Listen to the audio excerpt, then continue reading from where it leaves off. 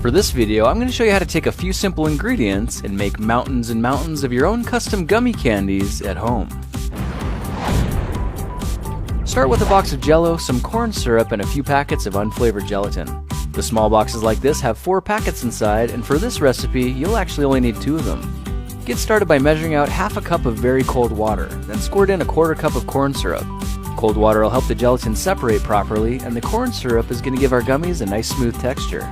Now we need the corn syrup fully dissolved, so give it a good stirring until the water turns completely clear. Then go ahead and pour the sugary liquid into a pot, but don't turn on the stove just yet. I'll show you what happens if you do in just a minute.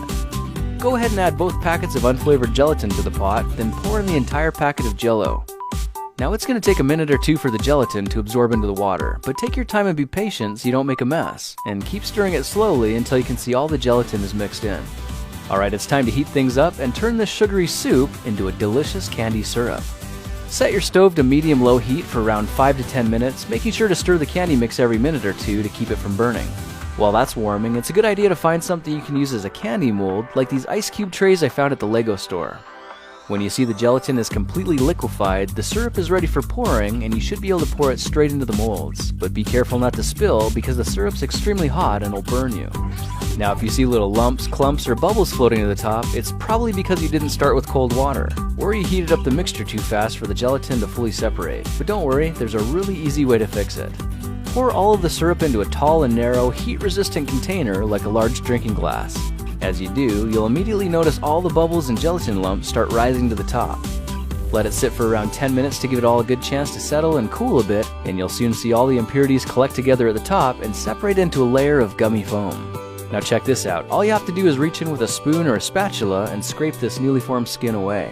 Just like that, you've got yourself a beautiful and impressively clean gummy syrup ready for casting. And to make the next steps as easy as possible, I'm collecting the magical syrup in a condiment container.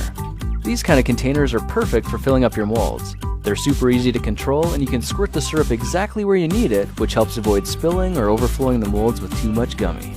I gave these candies a few hours to cool so you can see just how much of a difference it makes to take the extra step and skim the bubbles off the top before making your candies. Alright, let's see how our gummy mix does with a much more intricate and detailed ice cube mold like this one. And you might have noticed that this time, the syrup is impressively clear.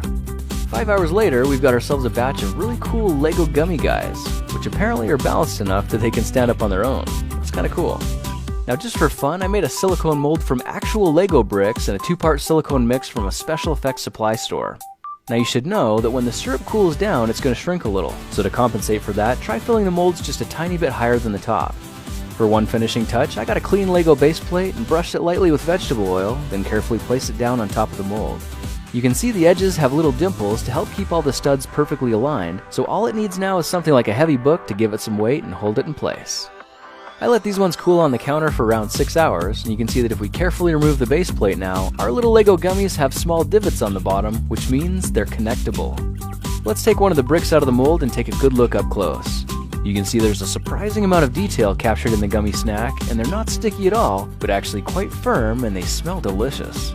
You probably also noticed they're completely transparent, which puts their level of awesomeness on a completely different scale. Alright, let's take this idea to the next level with different colors and different flavors. I tripled the recipes and made 7 different batches, then let them cool overnight so they'd all be crystal clear. Now if you try doing this yourself, you might find that getting them out of the cups is pretty tricky. When you do get them out though, you'll have a gob of gummy that's way too big to eat on its own, but that's okay because what we're really after here is the white layer of gummy foam at the top. Now if you're really careful, you can use something like a kitchen knife to slowly trim the top layer off, which will leave you with a huge chunk of gummy goodness. And these transparent gummy blocks can be remelted on medium-low heat and molded into any shape you want. I made a candy mountain of Lego gummy bricks in all kinds of colors, shapes, and sizes. And if you look closely, you can even see some little gummy guys in there as well. In keeping with the Lego theme, I went back to the store and picked up a bunch of containers just so I could have a unique place to store my custom candies. Now you could keep all your Lego gummies separate, but I ended up mixing all mine together and filling the containers with all kinds of random pieces. How awesome is that? The best part is, if you snap on the lid and keep them in the fridge, they can stay good for up to a month. Now since the gummies are interlocking, you might be wondering if you can build things with them as well. The answer is yes, as long as you can resist the temptation to snack on them first. For one last experiment, try finding a handful of chewable vitamin C tablets and powderize them in a blender for about 30 seconds. I used 8 tablets or 4,000 milligrams for this batch, and when you mix the powder into the gummy syrup, you've just made your candies vitamin C enriched. Of course, these are a slightly healthier version, but more importantly, it gives them a slightly sour taste, making them even more delicious and extremely addictive. Well, now you know how to use a few simple ingredients to make a bucket full of colorful Lego gummies that are stackable, snackable, and fun to share. By the way, you don't have to make your gummies into Legos. You can actually make anything you can think of. I converted some of my leftover syrup into an assortment of AA, AAA, and D-cell batteries. Well, that's it for now. If you like this project, perhaps you like some of my others. Check them out at thekingofrandom.com. Hey guys, I hope you learned something new or at least saw something you liked. Thank you so much for watching and sharing my videos. That is exactly why you are the best. Now, if you're in the mood to see another project video, just click here to go back one or here to go forward. You can also see some of my other favorite projects by clicking on any of these. If clicking the screen isn't working, just look down in the description. I've put all the links down there as well, including links to some of my favorite playlists. Thanks again for watching, sharing, and supporting my videos, and I will see you in the next one. Talk to you then.